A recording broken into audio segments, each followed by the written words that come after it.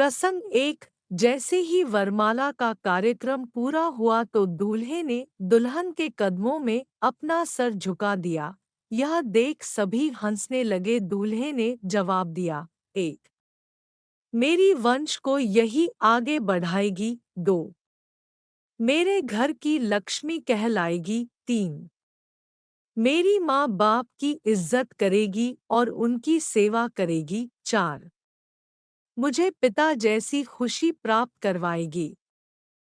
पाँच, प्रसव के समय मौत को मेरे बच्चे के लिए मौत को छूकर आएगी। छः, इसी से मेरे घर की नींव है। सात, इसके व्यवहार से ही समाज में मेरी पहचान बनेगी। आठ, अपने माँ बाप को छोड़कर यह मेरे लिए मेरे पीछे आई है। नौ, अपनों से नाता तोड़कर उसने मुझसे नाता जोड़ा है, तो क्या हम थोड़ा सा सम्मान भी नहीं दे सकते? क्या इन महिलाओं के कदमों में सर झुकाना हास्य है? तो मुझे जमाने की परवाह नहीं। प्रसंग दो। एक महिला घर पर अकेली थी। तभी दरवाजे पर दस्तक हुई। उसने जैसे ही दरवाजा खोला तो एक अनजान आदमी खड़ा था। देखते ही बोला, अरे, आप तो बहुत ही खूबसूरत है। महिला घबरा कर दरवाजा बंद कर देती है। अगले 3-4 दिन तक ऐसा ही चलता रहता है। तो सभ्य महिला ने तंग आकर यह बात अपने पति को बताई। पति बोला, तुम चिंता मत करो, आज जब वो आएगा तो मैं घर पर ही रहूंगा और दरवाजे के पीछे खड़ा रहूंगा। तुम उससे बोल देना, हाँ मैं सुंदर हूँ, तुम्हें क्या? फिर मैं उसको मजा चखाया हूँ। दूसरे दिन जैसे ही वो आदमी आता है, पति दरवाजे के पीछे छिपा रहता है। आदमी बोलता है, अरे, आप तो बेहद खूबसूरत है।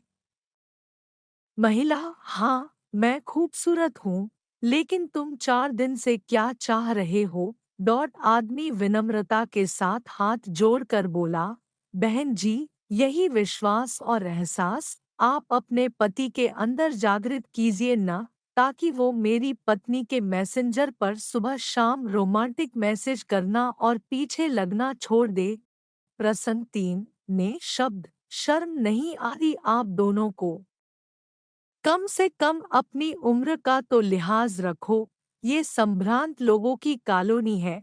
यहाँ बच्चे बड़े सभी आते हैं पार्क में वॉक करने, टहलने, लेकिन आए दिन आप दोनों यूं चिपक कर बैठे रहते हैं।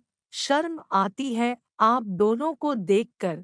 आपको तो आती नहीं शर्म, हमें ही आंखें नीचे करनी पड़ती है। वह वाकिक सूट पहने व्यक्ति गुस्से से बोला। तभी एक दूसरे ने उसका साथ देते हुए कहा, बिल्कुल सही कहा आपने भाई साहब। अब ये हरकते बच्चे करे तो समझ आता है, वो नासमझ है, मगर ये दोनों तो बूढ़े हैं। मैं भी पिछले कुछ दिनों से बराबर देख रहा हूँ, इन्हें शर्म नहीं आती। आप दोनों यूं चिपक कर चलते हो, बेंच पर सटकर बैठते हो, एक दिन का हो तो चलता है, रोज का ड्रामा लगा रखा है। दोनों छिछोरों ने, पार्क में इकट्ठी भीड़ ने दो बुजुर्गों को घेर रखा था और कुछ ऐसी ही बातें कहते हुए उन दोनों बुजुर्गों पर गुस्सा हो रहे थे। शर्म नहीं आती आप दोनों यूं चिपक कर चलते हो, बेंच पर सटकर बैठते हो, एक दिन का हो तो चलता है, रोज का ड्रामा लगा रखा है। दोनों छिछोरों ने, पार्क में इकट्ठी भीड़ ने दो बुजुर्गों को घेर रखा था और कुछ ऐसी ही बातें कहते हुए उन दोनों बुजुर्गों पर गुस्सा हो रहे थे। तभी उन बुजुर्ग ने चुप्पी तोड़ते हुए कहा, बेटा, हम कोई छिछोरे नहीं हैं, मजबूरी है हमारी। मैं आपकी ही कॉलोनी का हूँ। मेरी पत्नी गुजर चुकी है, बच्चे विदेश में सेटल है, उन्हें अपने बाप की कोई चिंता नहीं, छोड़ गए अकेला बीमारी में, मेरे बनाए उस घर में, जिसे मैं मंदिर कहता था। मुझे लगता था वो मेरे बुढ़ापे का सहारा बनेंगे, मगर मतलब निकलते ही मुझे अकेले मरने के लिए छोड़ गए। और ये है गीता जी, इनका भी ऐसा ही है। बच्चों ने इनकी संपत्ति हड़प ली और इन्हें वृद्ध आश्रम में छोड़ दिया।